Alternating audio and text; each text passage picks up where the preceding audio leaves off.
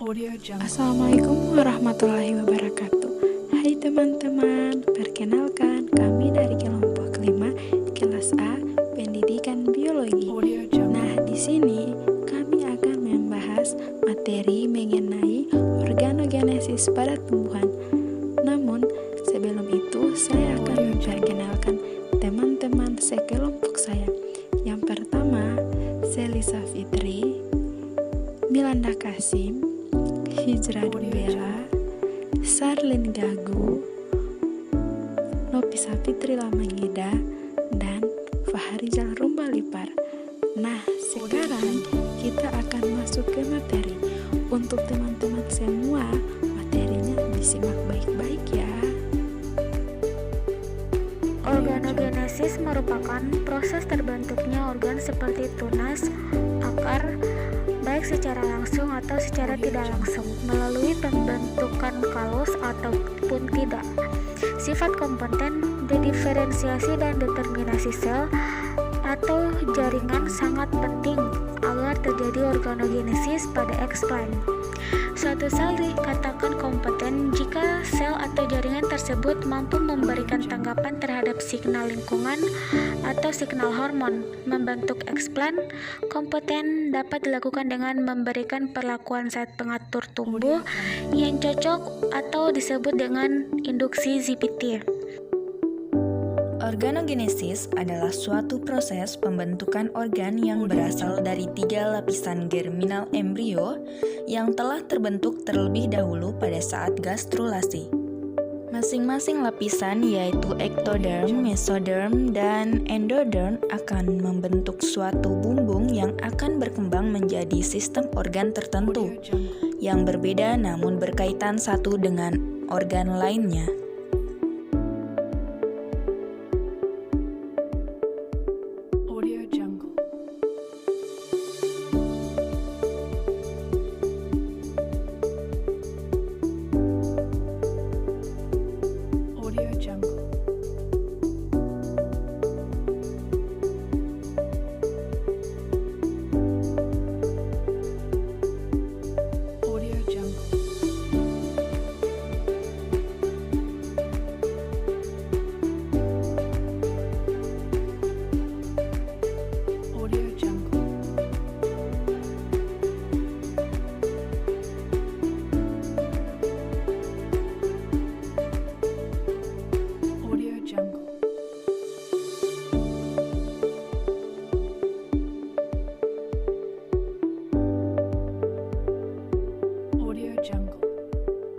Organogenesis merupakan contoh dari aplikasi kultur jaringan.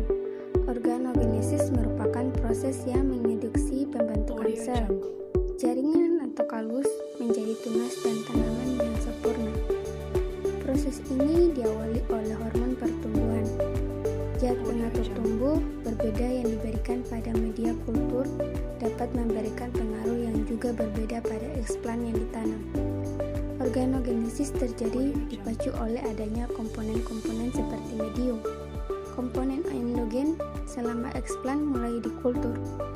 Organogenesis ini bisa ditumbuhkan dari biji, daun, atau bagian dari tanaman lain yang akan tumbuh mikropropagasi.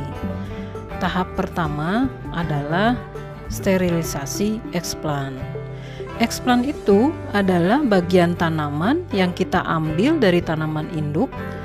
Nah, tahap pertama dari sterilisasi eksplan yaitu proses bagaimana kita membersihkan eksplan itu dari mikroorganisme yang menempel di permukaan maupun mikroorganisme yang ada di dalam eksplan.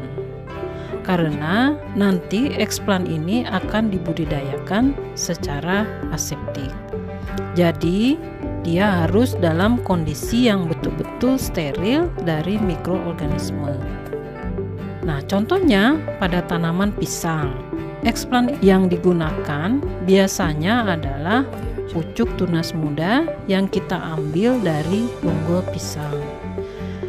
Tunas ini dibersihkan dengan cara pertama dibersihkan di bawah air mengalir, kemudian eksplan tersebut kita rendam larutan fungisida, kemudian dilanjut bakterisida, kemudian dilanjut dengan desinfektan.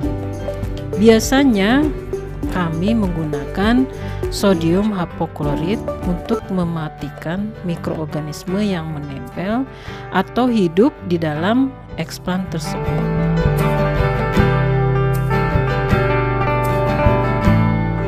Tahap kedua, menanam eksplan tersebut yang sudah melalui proses sterilisasi eksplan tadi di dalam media kultur. Media kultur ini pertama kita menggunakan media kultur untuk inisiasi tunas in vitro pertama. Biasanya menggunakan medium MS atau singkatan dari medium Murasige dan Scoop yang mengandung zat pengatur tumbuh tertentu.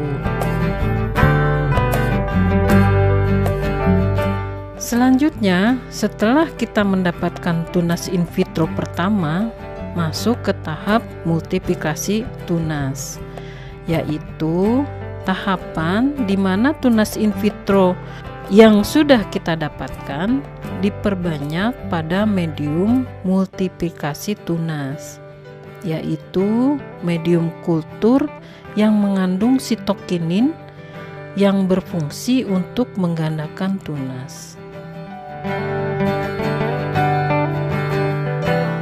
Nah, setelah kita mendapatkan jumlah kultur yang cukup banyak, maka sebagian tunas tersebut disubkultur ke media induksi akar. Tujuannya adalah untuk menginduksi atau merangsang pertumbuhan akar secara in vitro. Setelah memiliki akar, plantlet pisang yang dihasilkan kemudian diaklimatisasi di media tanah yang sudah disterilisasi. Kemudian bak aklimatisasi ditutup dengan plastik transparan untuk menjaga kelembaban udara agar tetap tinggi.